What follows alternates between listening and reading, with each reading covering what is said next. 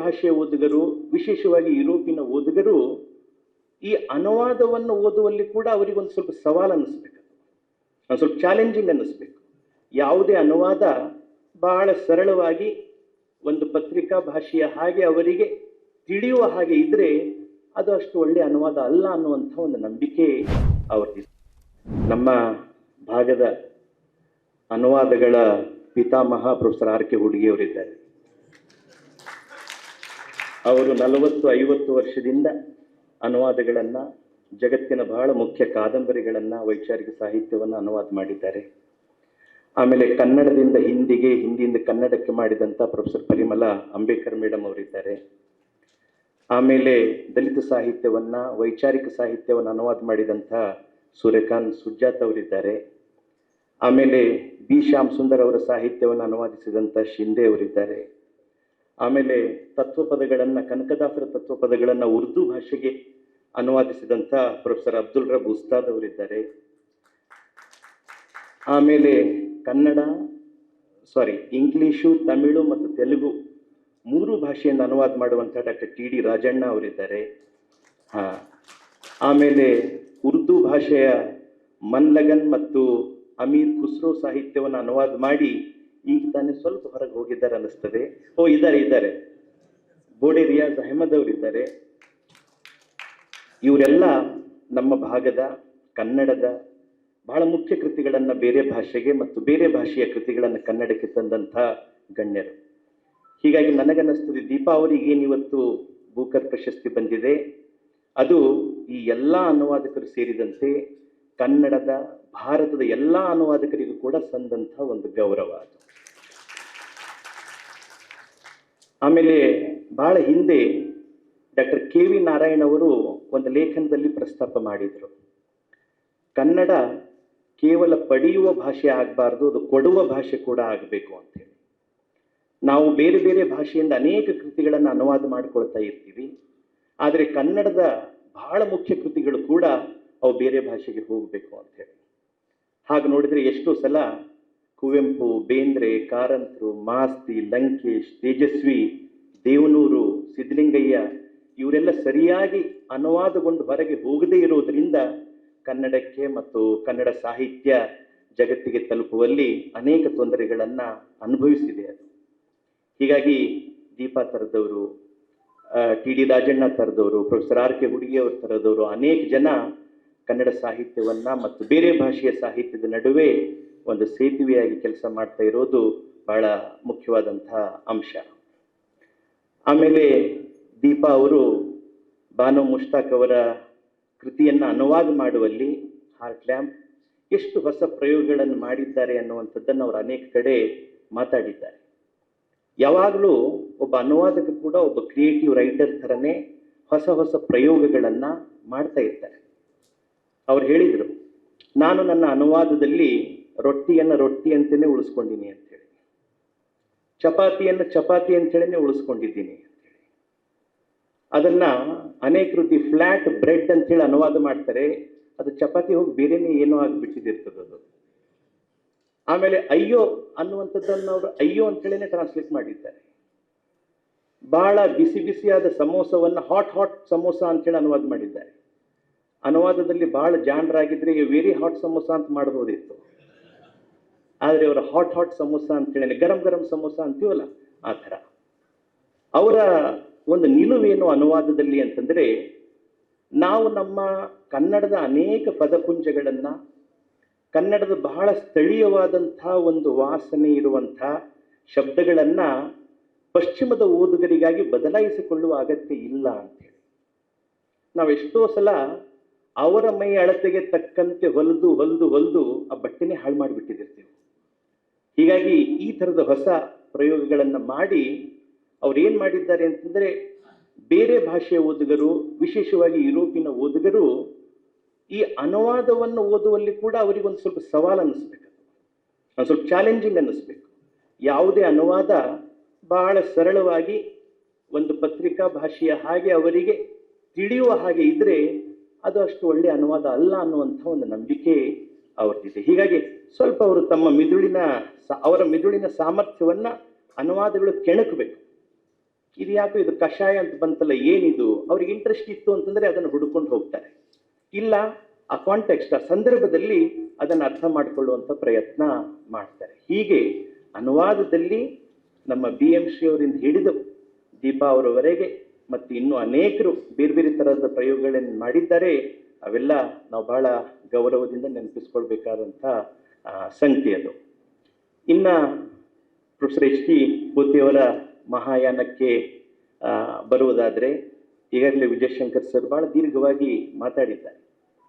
ಇದು ಖಂಡಿತ ಒಂದು ಚರಿತ್ರೆಯ ಕೃತಿ ಅಲ್ಲ, ಆದರೆ ಚರಿತ್ರೆಯ ಪ್ರತಿಧ್ವನಿ ಉಳ್ಳಂಥ ಒಂದು ಕೃತಿ. ಯಾಕಂತಂದ್ರೆ ಕಾದಂಬರಿಕಾರರು ಅದನ್ನು ಫಿಕ್ಷನ್ನೇ ಮಾಡಬೇಕಾಗ್ತದೆ, ಗದ್ಯನೇ ಮಾಡಬೇಕಾಗ್ತದೆ. ಹೀಗಾಗಿ ಇದರಲ್ಲಿ ಚರಿತ್ರೆಯ ಎಳೆ ಕೂಡ ಇದೆ, ಒಂದು ಭಾವನಾತ್ಮಕ ಎಳೆ ಕೂಡ ಇದೆ, ಮತ್ತು ಮುಖ್ಯವಾಗಿ ಒಂದು ವೈಚಾರಿಕ ಎಳೆ ಈ ಕಾದಂಬರಿಯಲ್ಲಿ ಬಹಳಷ್ಟು ಇದೆ. ಇವು ಮೂರು ಕೂಡಿಸಿ ಒಂದು ಕಾದಂಬರಿಯನ್ನು ಬರೆಯುವಂಥ ಪ್ರಯತ್ನ ಅವರು ಮಾಡಿದ್ದಾರೆ.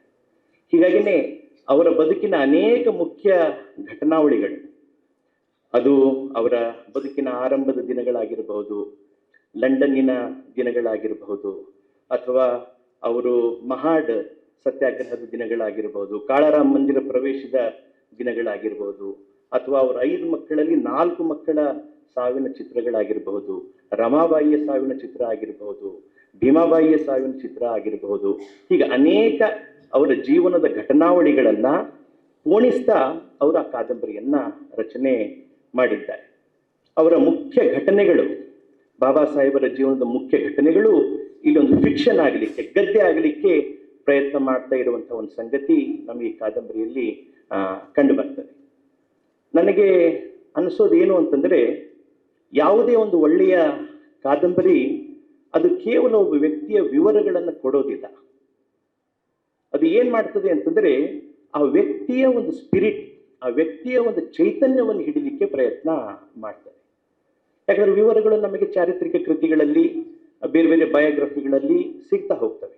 ಆದರೆ ಕಾದಂಬರಿ ಮಾಡಬೇಕಾಗಿದ್ದು ಏನು ಅಂತಂದ್ರೆ, ಆ ವ್ಯಕ್ತಿಯ ಆಳವಾದಂಥ ಒಂದು ಚೈತನ್ಯ, ಆ ವ್ಯಕ್ತಿಯ ಆಳವಾದಂಥ ಒಂದು ನೈತಿಕ ಚಡಪಡಿಕೆ, ಆ ವ್ಯಕ್ತಿಯ ತಲ್ಲಣಗಳು, ಸಮಾಜವನ್ನ ಎದುರಿಸ್ತಾ ಇರುವಾಗ, ವೈಯಕ್ತಿಕ ದುಃಖವನ್ನು ಎದುರಿಸ್ತಾ ಇರುವಾಗ, ಸಾಮಾಜಿಕ ದುಃಖವನ್ನ ಎದುರಿಸ್ತಾ ಇರುವಾಗ ತನ್ನ ವ್ಯಕ್ತಿತ್ವವನ್ನು ಅದಕ್ಕೆ ಕೊಡ್ತಾ ಇರುವಂಥ ಬಗೆ, ಇವೆಲ್ಲವನ್ನ ಚಿತ್ರಿಸುವಂಥ ಒಂದು ಕ್ರಮ ಏನಿದೆ ಅದು ಆ ಕಾದಂಬರಿಯನ್ನ ಬಹಳ ವಿಭಿನ್ನವಾಗಿ ಮಾಡ್ತದೆ. ಹೀಗಾಗಿ ಪ್ರೊಫೆಸರ್ ಪೋತಿಯವರ ಈ ಕಾದಂಬರಿಯಲ್ಲಿ ನನಗೆ ಇಷ್ಟ ಆಗಿದ್ದು ಅಂತಂದ್ರೆ, ಅದರ ಚಾರಿತ್ರಿಕ ಎಳೆಗಳನ್ನು ಹೇಳ್ತಾನೆ ಅವರ ವೈಯಕ್ತಿಕ ಸಂಕಟಗಳನ್ನ ದಾಖಲಿಸಿದ ರೀತಿ.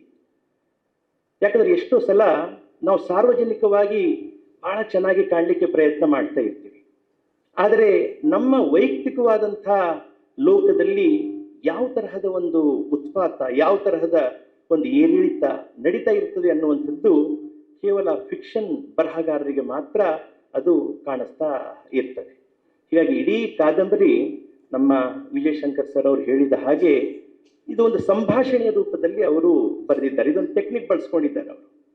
ಬಾಬಾ ಸಾಹೇಬರು ಮತ್ತು ನಾನಕ್ ಚಂದ್ ರತ್ತು ಪ್ರಶ್ನೆಗಳನ್ನ ಬಾಬಾ ಸಾಹೇಬರಿಗೆ ಕೇಳ್ತಾ ಹೋಗ್ತಾರೆ. ಬಾಬಾ ಸಾಹೇಬರು ತಮ್ಮ ಜೀವನದ ಘಟನಾವಳಿಗಳನ್ನ ನಿರೂಪಿಸ್ತಾ ಹೋಗ್ತಾರೆ. ಆಮೇಲೆ ಈ ಕಾದಂಬರಿಯಲ್ಲಿ ಅವರ ಜೀವನನೇ ಅಷ್ಟು ವಿಶಾಲ ಮತ್ತು ಬಹಳ ಸಂಕೀರ್ಣ ಆಗಿರೋದ್ರಿಂದ ಅವರ ವ್ಯಕ್ತಿತ್ವದಲ್ಲಿ ಬಂದಂಥ ಅನೇಕ ಜನರ ವಿವರಗಳು ಕೂಡ ಈ ಕಾದಂಬರಿಯಲ್ಲಿ ಬರ್ತದೆ.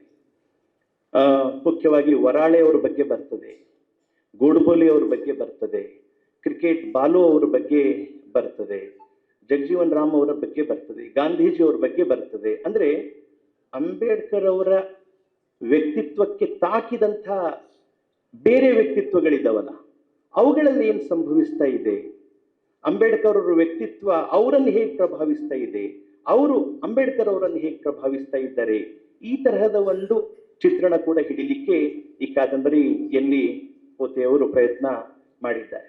ಆಮೇಲೆ ಫಿಕ್ಷನ್ ಇರ್ತದಲ್ಲ, ಗದ್ಯ, ಅದರ ಒಂದು ಫಾರ್ಮು ಅದು ಬಹಳ ಒಂದು ಸವಾಲಿನ ಕೆಲಸ. ಅದು ಗದ್ಯದಲ್ಲಿ ಅದನ್ನ ನಿರ್ವಹಿಸೋದು, ಅದು ಬಾಬಾ ಸಾಹೇಬರ ಜೀವನವನ್ನು ನಿರ್ವಹಿಸ್ತಾ ಹೋದ್ರೆ ಅದಕ್ಕೇನು ಆದಿನೂ ಇರೋಲ್ಲ, ಅಂತ್ಯನೂ ಇರೋದಿಲ್ಲ, ಆ ತರಹದ ಒಂದು ಲೋಕ.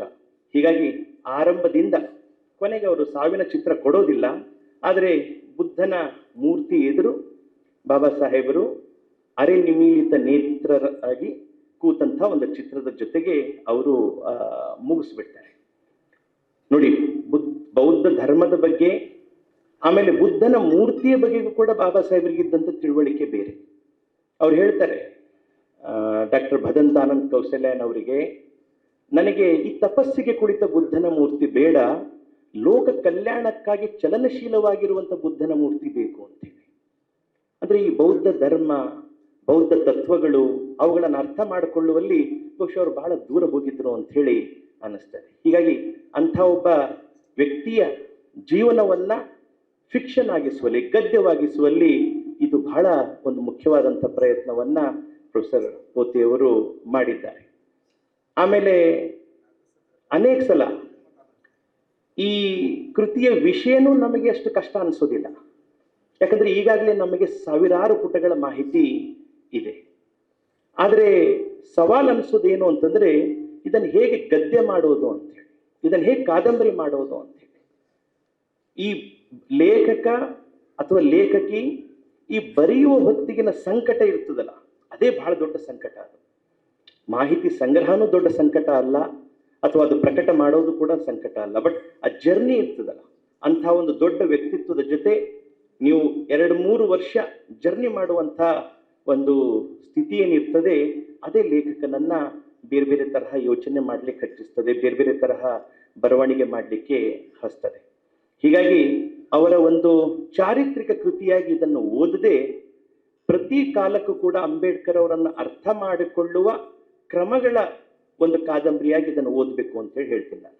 ಇದರಲ್ಲಿ ಚರಿತ್ರೆನೂ ಇದೆ, ವರ್ತಮಾನನೂ ಇದೆ, ಮತ್ತು ಭವಿಷ್ಯದಲ್ಲಿ ಅವರು ಏನಾಗಿ ಕಾಣಬಹುದು ಅಥವಾ ಅವರನ್ನು ಯಾವ ಥರ ಅರ್ಥ ಮಾಡಿಕೊಳ್ಬೇಕು ಅನ್ನೋದರ ಒಂದು ಸೂಚನೆ ಕೂಡ ಇದೆ. ಯಾಕಂತಂದ್ರೆ ತಮಗೆಲ್ಲ ಗೊತ್ತೇ ಇರುವ ಹಾಗೆ ಅಂಬೇಡ್ಕರ್ ತರಹದ ವ್ಯಕ್ತಿತ್ವಗಳು ಕೇವಲ ಚರಿತ್ರೆಗೆ ಮಾತ್ರ ಸಲ್ಲೋದಿಲ್ಲ. ಕೆಲವರು ಚರಿತ್ರೆಗೆ ಸಂಧಿ ಚರಿತ್ರೆಯಲ್ಲೇ ಹೋಗ್ಬಿಟ್ಟಿದ್ದಿರ್ತಾರೆ. ಆದರೆ ಅವರ ಬರಹ, ಅವರ ವಿಚಾರದ ಕ್ರಮ ನಮಗೆ ಅವರನ್ನು ಭವಿಷ್ಯದ ಕಡೆ ಮುಖ ಮಾಡುವ ಹಾಗೆ ಮಾಡ್ತದೆ.